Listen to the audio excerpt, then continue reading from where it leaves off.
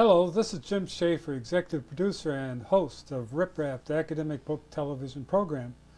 My guest today is Randy Baier, my friend, colleague, and frequent contributor to this television series, who will help us take a look at some of the new books we receive from academic publishers.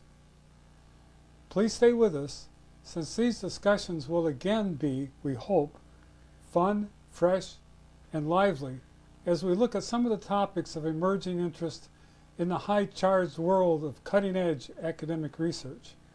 We do this in the manner of La Postrophe, the program in Paris that we regard as our forerunner. Welcome to Rip Rap, Randy. Thanks, Jim. I'll try to be fresh. Fresh, yes. And I'll be lively and fun. Okay. Well, and we ought to start off with Kyra Gaunt's book because of the bunch that we're going to be looking at, that is fresh, creative, and imaginative. Why don't you talk a little bit about it? Well, this is entitled The Games Black Girls Play, Learning the Ropes from Double Dutch to Hip Hop. The idea here is that rhythm and sound and especially language really inform the black experience, especially the street experience of girls and young women in urban life. She sort of takes it from there, but also shows how popular culture draws from that, especially black popular culture, hip-hop especially, and other rhythm and blues tunes that have come that we know, and songs that we know actually come from this.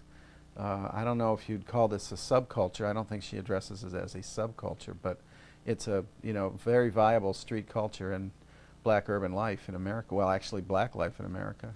What I thought was neat is she actually shows how this informs sport, how people recreate and reflect their cultural, underpinnings. And this one has even hip hop in it. I just thought it was, and maybe as an ethnomusicologist, I didn't expect when I first took a look at this book to have as much music involved. Words and rhythms and all that stuff. She even has that song about James Brown. Mm-hmm. And it's just a lot of fun. It's very inventive and very provocative, I thought. The rhythms and the songs really work very closely with movement, which of course is also part of African American music and cultural expressions.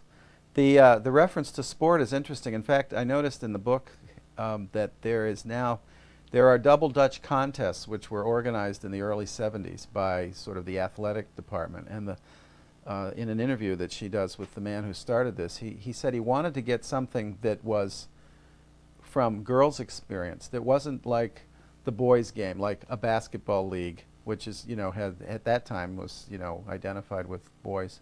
So he also wanted something that could be identified with girls of all ages, that it wasn't just sort of girls being male, but like just, girls being female, girls being girls. And it's interesting, it also set up this difference where street play and then legitimized behavior in the contests set up a sort of a duality. So they had to be kind of ladylike in the contest, or, because this was public expression, so they had to sort of I don't know what the right phrase would be, not be too much from the street or something. But then they go back, and in fact, she says that they started to insinuate new rhythms and patterns into the sort of the official behavior that sort of came out of the street, so that they sort of took it back themselves in a certain way. Well, and that's what I liked, is it stuff that came from playing around. Yeah. Started evolving, they got more organized and formalized, but still, the rhythms and what they're doing and what they were saying and how they were interacting came from the street. In other words, the playing, childhood games, and childhood games are so important. Yeah. And so this is the first thing I've seen that informed as far as like African American or black culture, how this works. And, this is serious stuff. I mean, people go into these competitions and they really practice. They have T-shirts and everything else. Very serious, yeah. It has a lot of meaning for each neighborhood group.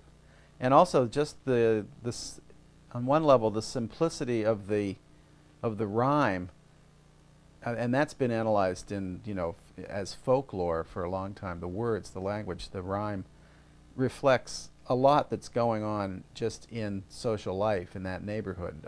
Among adult life, real life, Well, it's kind of like jazz in a way. They bring in parts of their lives into the game, incorporate that, and develop it. Right, and then play with certain Yeah. rhythms and patterns, just and express it that way. Improvise based on sort of figures that are well known. So I was setting So- this up. I thought as an ethnomusicologist, I thought you'd really. I'm glad we started out with that. Yeah. That's a good one. I got a chunk of a book here, but it's a really important one. Called American Faculty by Jack Schuster and Martin Finkelstein. As you know, the whole idea of the academy is really under the gun. There's a lot of important changes. In fact, I think you could even argue there's a transformation happening, as well as certain, I don't know if you call them attacks, but certainly significant changes that are happening on the concept of tenure. Yeah, challenges is what the administrators I call see. it. Okay, we'll call them challenges. Much better word, yes.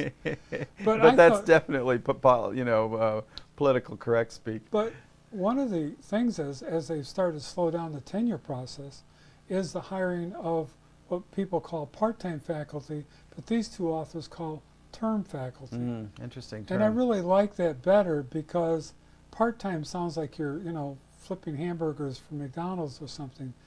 And the faculty who are hired for, without tenure, it's quite a range, as you know. Yeah. They could be hired for a semester or for a year, Right. or they could be hired just outright but without tenure. And this For is long term, for basically, long term, right? yeah. But they're talking about the restructuring of academic work and careers. And so the phenomenon lately is, in order to get tenure, you have to really go through a lot of stuff. Often working as kind of a carpetbagger. I mean, you go around different institutions, put in some time, build up your CV, and then you may qualify, but the competition is really hot.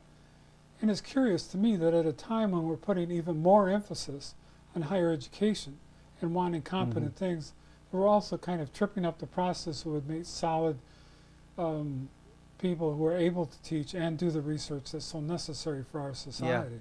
I was looking at this just before we went on air, and one of the things I noticed was a discussion about the impact of research and teaching.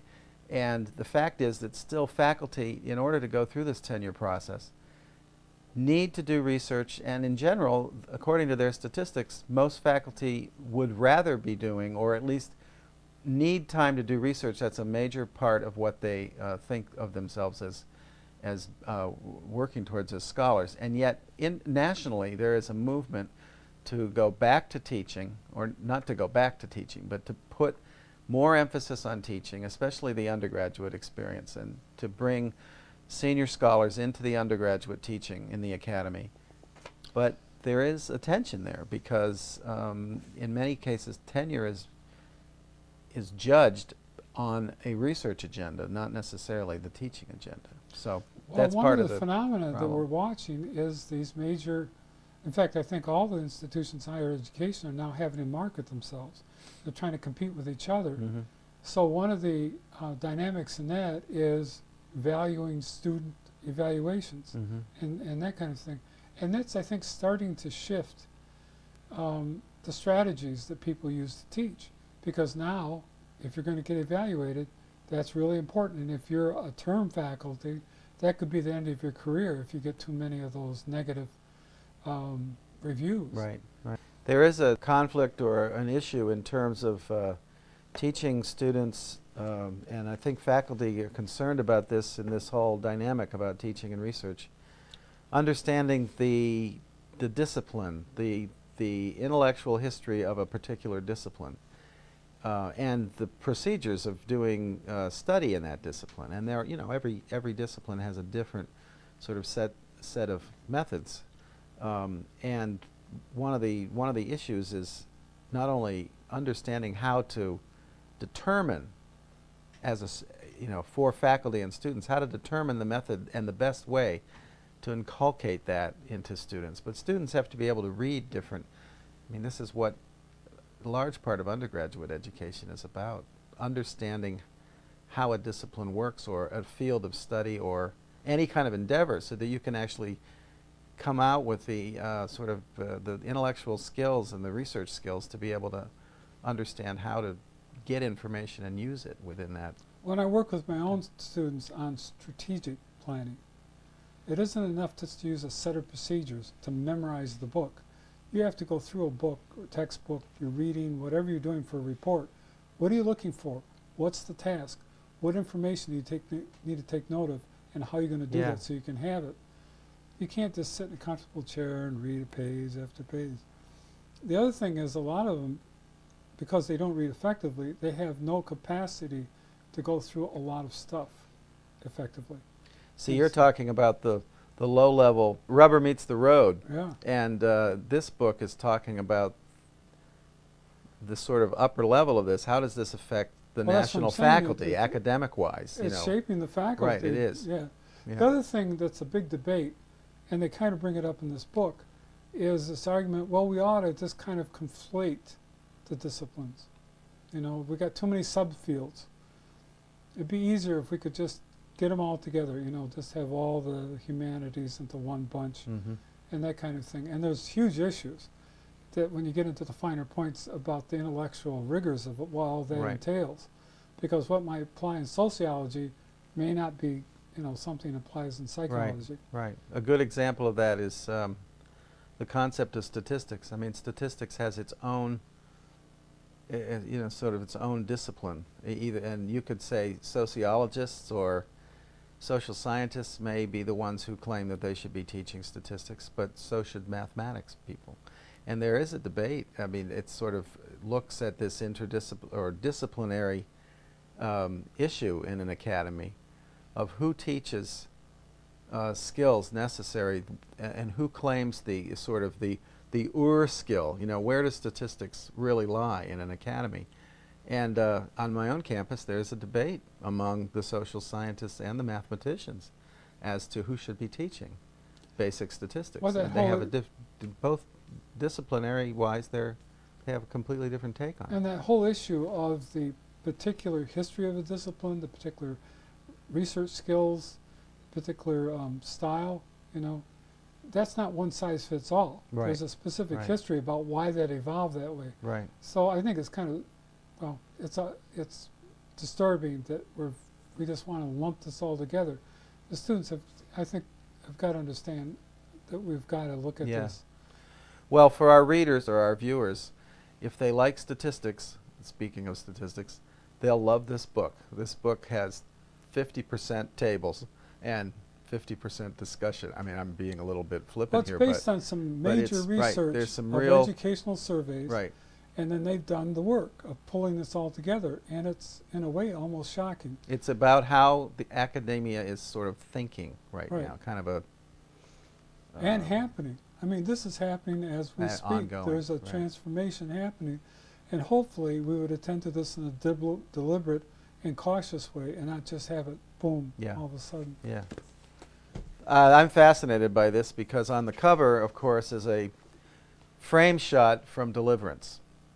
And the title is Odd Tribes, Toward a Cultural Analysis of White People by John Hartigan, John Hartigan Jr., who has actually written another book on whiteness, so to speak, and class, published by Duke University Press, just came out this year. This book is interesting. The point is that coming out of cultural studies, is this author takes cultural studies and starts with the premise that at first, cultural studies, say, in its 20-year trajectory or 30-year trajectory in the American Academy, started out, in a sense, with questioning otherness, ethnicity, class, but from the premise that whiteness was kind of one-dimensional. And he looks right at this thing. And even down to the point of view of saying that, in general, the discussion of race among whites in America, of whatever class, is in a sense well established, even though it might not be as fine-tuned as we'd like it to be. You can critique it. But what he says is the discussion of class is not. And class is really where we need to be looking, because there are subtleties within white communities that mark class and in fact mark prejudice and almost a sub-ethnicity or a mini ethnicity, and that's what this is about. And the Deliverance is on purpose because he analyzes terms like white trash, hillbilly, a redneck, and he looks at this as part of the overall class structure in American white communities. I think there's sort of a collective perception of what being white is. Somehow being middle class, sort of well off. Right, having power, and that is quote unquote the mainstream society. And most people don't take a look at their ethnic identity. Yeah, right. But when you look closely, as he does, then you see the spectrum of what's involved, from the very well-to-do Right. down to the trailer trash, Right. or white trash. Right, and he tracks that term, even to the point of view, and oddly enough, I saw an article about something like this last week, related to our healthcare system in the States. But he talks about teeth in this book. Teeth? Yeah, the significance of teeth, because teeth actually is a class marker in our culture, in white culture, and I mean maybe he's talking about white cultures, but the shape of your teeth and the health of your teeth really tell people something about, and you hear it. I mean, in popular culture, there are advertisements now talking about how teeth and the words you use are two markers of how you're perceived by the rest of the world, whether you like it or not. The other article I was reading was about the healthcare system. The worst problem in healthcare, and the thing that embarrasses people the most or worries people the most, is tooth care. That adequate health care you're getting good health care, or at least better health care, if your teeth are well taken care of. And it's one of the biggest health issues in American health care, is that teeth is a real marker even in the healthcare system.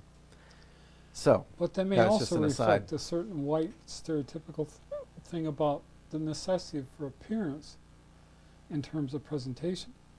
That we would have to look, and I don't know if that's something that he points out is something that's particularly characteristic of white communities, or if that sense is, I mean, we know in terms of ethnic studies that if you look at, you can look at ethnicity across the world, and there are within any area, there are different defining characteristics of people, subtleties that members of an outside group would not see, and those subtleties reflect certain prejudices as well. I just thought it fascinating to use the title Odd Tribes. What did you pick up on that? Because I thought it's odd only if you don't recognize it. Yeah, that's good. Yeah, that's interesting. In order to recognize something, you have to have thought about it and reflected on it. And so the notion that the white culture, like other culture, has groups within it was, I thought, pretty provocative. Yeah, right. Because in mainstream culture or analysis, I think that's what he's trying to say, is being white is not just being white. There are a lot of class subtleties and prejudicial subtleties within that. Well, one of the dynamics is you're not automatically privileged anymore. Mm-hmm. So people who are in the white group come from a white ethnic background, whatever that is, and I'm not sure entirely what that is, because that's as varied as anything else. Yeah. Make certain assumptions about what they can do and not, and who they are. And he's taken a closer look, which I find really fascinating. Yeah. Well, the next book is Michael Shermer's Why Darwin Matters, the Case Against Intelligent Design. Mm.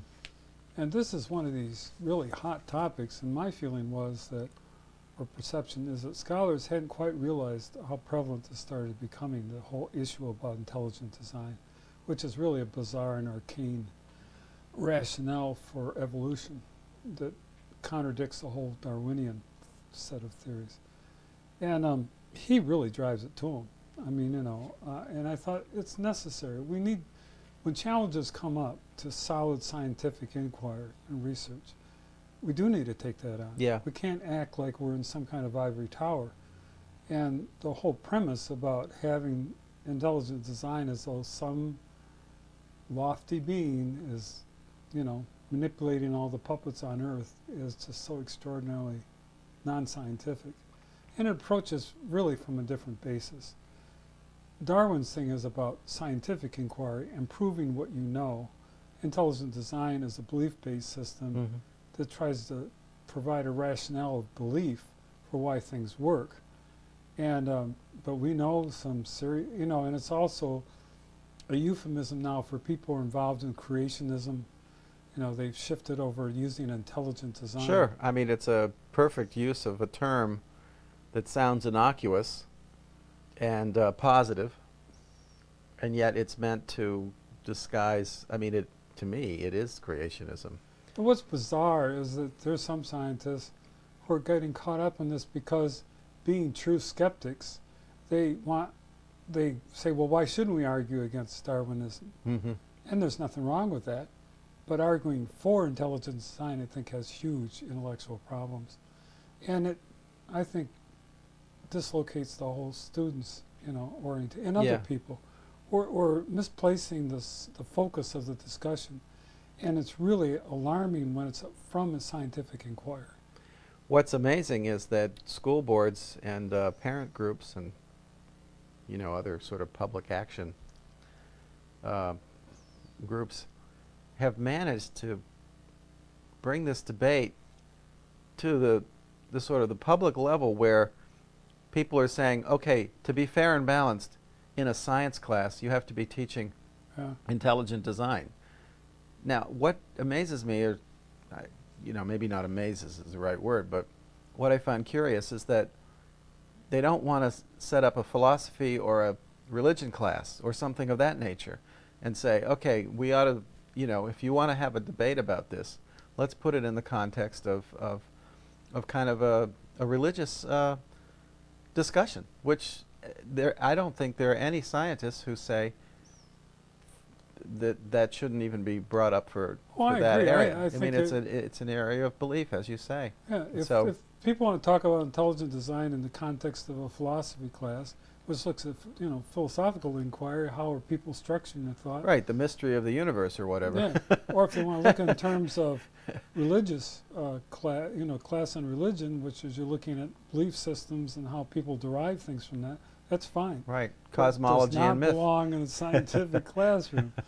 So Well, I think one of my colleagues put it very well. We had a colloquium on sort of paleontology and bones and things of that nature, and he said, there's scientific evidence, well proven, the theory plays out with the observations, well established that in terms of birds, in terms of tortoise, in terms of dinosaurs, these changes are, there's physical evidence to prove the changes. Well, plus in And- the scientific method, you have to have replicability. Right, right, Well, if it's a belief system, you could believe whatever you want and wouldn't have to prove it. right. This Which is is what intelligent design is. which is what actually establishing I think you're right about going sort of on the defensive, or at least on the proactive,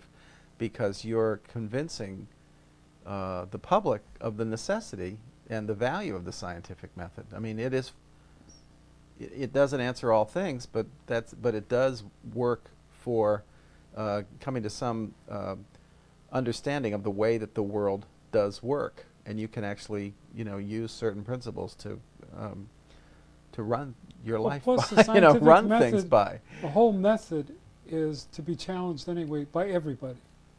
That's its system. Right, and doubt is actually part of it. I mean, you want to make sure that you test for all possibilities. Absolutely. And then so actually refining and doubt what doesn't work, what does work. If this doesn't work, why not? Let's go back and There's been a lot of work try on to- Darwinian right. theory where things were modified or things not Right. found not to be true. And as you get into a more detailed study of a certain species, you find out, well, we thought we knew that, but when we in fact got into it, then we saw something else. right. You have Right. another. Well, this is a wonderful book of Sherry Ortner is a well-known anthropologist who went back to her high school class, her graduating class from New Jersey. Sherry B. Ortner, New Jersey Dreaming, Capital, Culture, and the Class of '58. It's sort of talking about what happened to the men and women of her class, and also the class of her class. 83% was a Jewish district.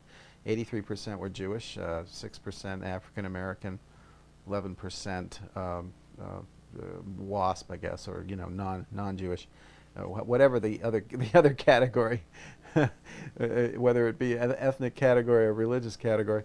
And what happened to that community, and also she does talk a lot about what happened to women, but there is a gender chapter in terms of how she structures the book. She has a chapter on gender to sort of incorporate the lives of the women in her class of 58, as opposed to sort of a structural comparison of where they went with careers and things like that. So she does compare the sort of the outcomes of men and women, but in terms of the gender relations between the two. Well, I think it's a fabulous book. And as you know, she did her first major work on the Sherpas in the Himalayas, with the guides that help people up and down the mountain and so forth, which is a pretty esoteric place to be. And I liked it because she turned right around to something that was in her own background. Right. And I did talk to her one time about that, and she said it was so rich. The research was so rich because she found it's different between when you're doing research on a group, even when you're a participant, and when you were just a participant. You're just there going through high school and all that stuff. So she started seeing things, a lot of things that she didn't see before, and how that was related to her interest. But to go from Sherpas and Himalayas to her backyard in New Jersey, see the underlying dynamics of what that was like. The town is Weehawkwick, New Jersey, and I'm not sure where that is in terms of it's New a rather York small City town or in Trenton. Jersey, but she came out of it. I just thought it was cool. Yeah. So thank you, Randy. We did You're welcome. another walking through the new books that we've gotten. We're constantly looking for new stuff, and it's always fun to sit down with you again. We do this on an annual, sometimes a semi-annual basis, and crank through them, and it gives a way to talk about books that we can't really organize as a full interview. Yeah, right, definitely. And it's also a good opportunity just to sort of explore some ideas that that in our own sort of daily endeavors we don't necessarily get to talk about or look at. Thank you for being on Rip You're Rap. welcome. Thanks for having me.